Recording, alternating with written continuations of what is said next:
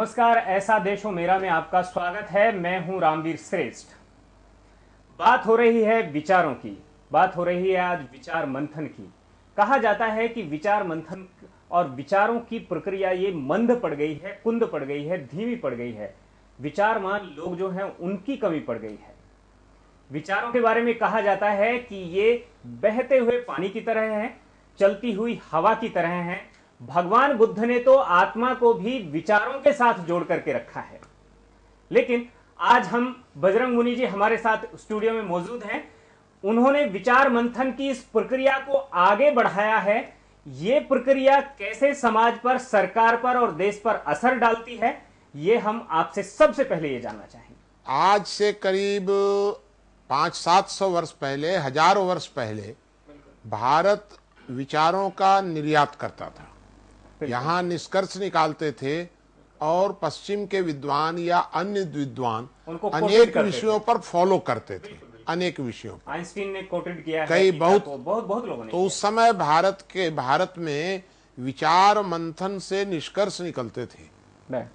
लेकिन पिछले 1000 वर्षों से हम विचारों का आयात करने लग गए। मैं जाता हूं अभी भाषण देने कई कॉलेजों में, अगर मैं कोई बात पूछता हूं, किसी विषय पर पूछता हूं, तो वो लोग एक परिभाषा बताते हैं। और जब मैं पूछता हूं कि ये परिभाषा आपने कैसे जानी, तो कहते हैं कि फलाने विद्वान ने ये कहा, फलाने विद्वान ने ये कहा, फलाने विद्वान ने ये कहा। माने फास्ट फूड डिस्कोर्स के साथ हम अब विचारों को भी आयात करने लग गए।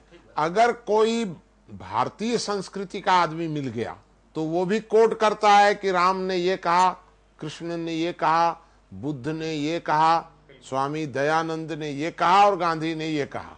उससे पूछिए कि तुम भी कुछ कह रहा है क्या, तो वो कुछ नहीं कह रहा है, वो केवल कोट कर रहा है। प्रश्न ये, हाँ, एक प्रश्न ये पैदा होता है, एक बहुत गंभीर प्रश्न है वो मेरा, कि आखिर क्या कारण है कि राम और कृष्ण के बाद हम वैसा कोई महापुरुष नहीं पैदा कर सके भारत में। विवेकानंद के बाद भी हम विवेकानंद नहीं बना सके, दयानंद के बाद कोई दयानंद रिपीट नहीं कर सके, और गांधी जैसे तो हमारे कालखंड के थे। गांधी के स्थान पर भी हम कोई गांधी से आगे कोई गांधी नहीं बना सके। पद चिन्हों पर चल रहे हैं। एक छोटे से गांधी के छोटे कार्यकर्ता सिपाही, जिनको जयप्रकाश हम कह सकते हैं, जयप्रकाश गांधी जी के एक छोटे सिपाही थे। हम जयप्रकाश के बाद जयप्रकाश भी नहीं बना पा रहे हैं। क्या कारण है? क्या भारत की धरती इतनी बांझ हो गई है कि यहाँ विचारक पैदा ही नहीं हो पा रहे हैं? हम वैज्ञानिक तो बना ले रहे हैं, हम अन्य नेता बना ले रहे हैं, हम पूंजीपति तैयार कर ले रहे हैं, लेकिन विचारक, हम पुराने विचारकों को आगे हम रिपीट नहीं कर पा रहे हैं, उनसे आगे नहीं बढ़ पा रहे हैं। तो ये तो एक बहुत ही गड़बड़ मुझे लगा। और तब मैंने हमेशा बचपन से ये सोचा कि भाई आखिर क्या कारण है कि हम किसी महापुरुष को रिपीट नहीं कर पा रहे हैं, उस जो रेखा एक खींच दी गई उस रेखा से आगे नहीं बढ़ पा रहे हैं। तब एक उदाहरण मैं आपको बताऊं। कल्पना करिए कि गांधी जी आगरा से चले दिल्ली के लिए, एक कल्पना मैं बता रहा हूं, और दिल्ली जा रहे थे, और दिल्ली जाते जाते मथुरा में उनको मार दिया गया, हत्या हो गई गांधी जी की। ठीक बात। अब गांधी जी के साथ जो चलने वाले लोग थे, उन लोगों से जब पूछा जाता है कि आप आगे क्या करोगे, तो कहते हैं कि मैं तो गांधी जी के पद चिन्हों पर चलूंगा। ये आगरा टू मथुरा, और आगरा से मथुरा और मथुरा से आगरा। अब वो आगरा से मथुरा और मथुरा से आगरा, इसके आगे उनको बढ़ने की कोई जरूरत ही नहीं है, क्योंकि गांधी जी के पद चिन्ह मथुरा के आगे तो गए ही नहीं थे। सवाल ये उठता है कि भाई गांधी जी अगर आज जीवित रहते तो क्या करते? तो गांधी जी जाते मथुरा से आगे दिल्ली की तरफ, और गांधी भक्त उस प्रक्रिया को रोक दिया। स्वामी दयानंद जहां तक गए, स्वामी दयानंद ने शून्य से विचार पैदा किया, आगे पैदा किया, उन्होंने वेदों का ज्ञान फैलाया। हाँ, उन्होंने किसी का पुराने विचारों का अनुकरण नहीं किया, बल्कि कुछ और खोजा। आज हमारे महापुरुष, अब गलती कहाँ हो रही है इसमें, जो गंभीर गलती हो रही है कि भारत में जब कोई भी बालक, कोई एक अच्छा, कोई ब्रिलियंट बालक निकलता हुआ दिखता है, क्योंकि भाई शायद कभी कभी तो ऐसे बालक पैदा होते हैं, और कोई अगर निकला तो कुछ वामपंथी कम्युनिस्ट लोग जो है विचारों के, वो मार्क्स समझाना शुरू कर देंगे, कोई आर्य समाज की बात समझाना शुरू कर देगा। अगर इन सब से भी बच गया तो कांग्रेस या भाजपा से तो बच ही नहीं सकता है। वो उसकी आंख पर रंगीन चश्मा एक चढ़ा दिया जाता है कि कभी तुम सफेद देखना ही मत। अब वो उस रंगीन चश्मे से रंगीन देख देख करके उसी को आगे बढ़ाने लग जाता है, और नतीजा क्या होता है, माने उसका स्वतंत्र चिंतन जो है वो खत्म हो गया एकदम। उसको शुरू ही नहीं होने दिया जाता है, बचपन से ही उसको रंगीन चश्मा चढ़ा दिया जाता है। मैं पूरा सतर्क रहा उसी समय से, बचपन से, कि चाहे कुछ भी हो जाएगा। मैंने अपने, जब मैं आर्य समाज के साथ जुड़ा 14 वर्ष की उम्र में, तो मैंने आर्य समाज के लोगों से पूछा कि बताओ भाई पहला सिद्धांत क्या है। तो आर्य समाज के लोगों ने कहा सत्य को ग्रहण करने और असत्य को छोड़ने के लिए सदा तैयार रहना चाहिए।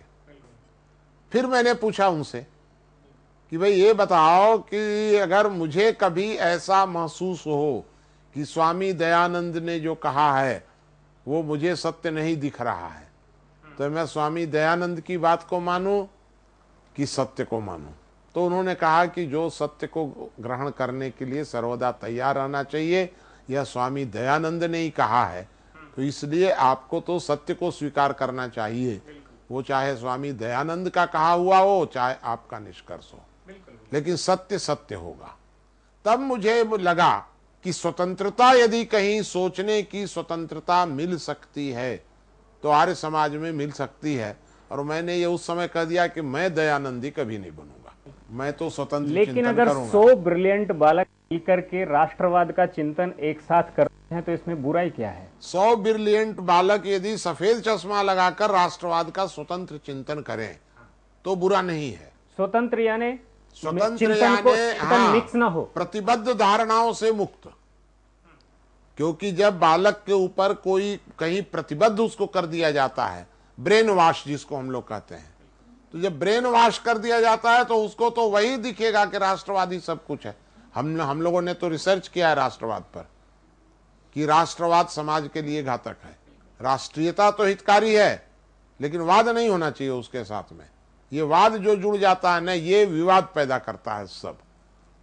मैंने पूछा, अभी मैं गया था एक जगह, राष्ट्रीयता और राष्ट्रवाद में कुछ फर्क फिर कभी बताऊंगा, लेकिन मैंने अभी पूछा, अभी मैं गया था बदायूं, और बदायूं कॉलेज में मैंने बच्चों से पूछा कि बताओ बच्चे, राष्ट्र बड़ा है कि समाज? बच्चों ने कहा राष्ट्र। फिर मैंने पूछा उनसे दोबारा कि अमेरिका का नागरिक समाज का अंग है कि नहीं? तो बोले है। तब फिर मैंने पूछा पाकिस्तान का नागरिक समाज का अंग है कि नहीं? तो कहे है। और तब मैंने पूछा कि अब बताओ राष्ट्र बड़ा है कि समाज? कहते हैं सर समाज बड़ा है। 2 मिनट पहले जिन बच्चों को रटाया गया था कि राष्ट्र बड़ा है, वही बच्चे 2 ही मिनट के बाद कहते हैं कि नहीं समाज बड़ा है। विश्व समाज, विश्व समाज तो विश्व का ही होता है। ये पूरा विश्व जो है वो समाज है। यदि उसमें आपने भारतीय शब्द जोड़ दिया तो वो भारत के साथ जुड़ गया, पाकिस्तान जोड़ दिया तो पाकिस्तान के साथ जुड़ गया। लेकिन समाज तो पूरा मजहब के साथ जोड़ दिया तो जहां आपने मुसलमान समाज जोड़ दिया तो मुसलमानों के साथ जुड़ गया। लेकिन समाज के अंदर न भारत अलग है, न पाकिस्तान अलग है, न हिंदू अलग है, न मुसलमान अलग है। समाज में तो सब मिला करके ये समाज बनता है। इस प्रकार से ये जो रंगीन चश्मा है, यह चश्मा बहुत परेशान कर रहा है सब प्रकार से। और तब मैंने रिसर्च शुरू किया, और जब मैंने इन मुद्दों पर स्वतंत्रता से देखना शुरू किया तो मैंने कमाल की बात हो गई। मैं क्या बताऊं आपको रामवीर जी, कि मुझे तो इस प्रकार से दिखने लगा कि ये दुनिया के लोग जो हमारे भारत के लोगों को पढ़ा रहे हैं, ये सब पढ़ाइयाँ जो हैं ये इनमें 90% से ज़्यादा असत्य है। जैसे आपको मैं बताऊं, अपराध की परिभाषा आज तक सारी दुनिया में नहीं बनी है कि अपराध में और गैर कानूनी में और अनैतिक में क्या अंतर होता है। वो अंतर समझने की जरूरत है। मैं अगर पूछूं, आपसे भी पूछूं कि शराफत और समझदारी और धूर्तता में क्या अंतर है, परिभाषा है, मैं पूछूंगा अभी नहीं क्योंकि विषय बहुत लंबा हो जाएगा। लेकिन शराफत, समझदारी और धूर्तता में बहुत अंतर है। ये हम लोगों ने निकाला है सोच करके।